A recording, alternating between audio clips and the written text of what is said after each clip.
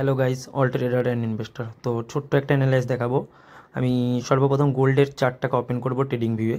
তো আমি গোল্ডে একটা ট্রেড নিয়েছিলাম, সেখানে আমার এসএল হিট হয়ে যায়। যেহেতু এসএল হিট হয়েছে অ্যাকসেপ্ট করতে হবে, কারণ ট্রেড লস তো হবে। তো এখানে আমি একটা ছোট্ট একটা লস খেয়েছিলাম $38।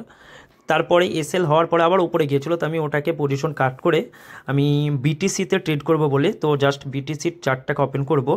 তো বিটিসিটির ট্রেডিং ভিউয়ে গিয়ে আমি বিটিসি ওপেন করব, জাস্ট ওপেন করে চার্টে যাব। তো এখানে দেখতে পাচ্ছ আমি একটা অ্যানালাইজ করেছিলাম। এই যে এখানে একটা বড় ধরনের রেড ক্যান্ডেল, এই যে প্রথমে একটা তোমার এখান থেকে রেড ক্যান্ডেল হতে হতে এসেছে, তো আমি বাই করেছিলাম। এর আগেও দেখো একটা বড় ধরনের রেড ক্যান্ডেল এসে আবার গ্রিন ক্যান্ডেল করেছিল, ওপরে গিয়ে আবার নিচে এসেছে।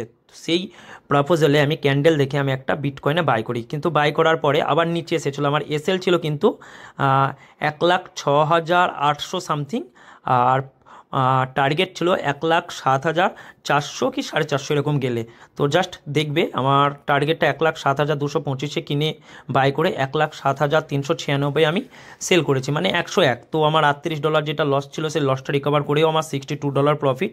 তো জাস্ট যেটা আমি অ্যানালাইজ করেছি, যেটুকু আমি জানি সেটুকুকেই তোমাদের সঙ্গে বারবার শেয়ার করি। তো দেখতে পাচ্ছ আমার অ্যানালাইজটা, তো আবার একটা অ্যানালাইজ আমার সাকসেস হয়েছে। এর থেকে অনেক ওপরে গিয়েছিলো, কিছুক্ষণ হোল্ড করে রাখলেও অনেক বড় প্রফিট হতো। তো জাস্ট আমার $101 প্রফিট, এটাই আমার অ্যাকসেপ্টেড।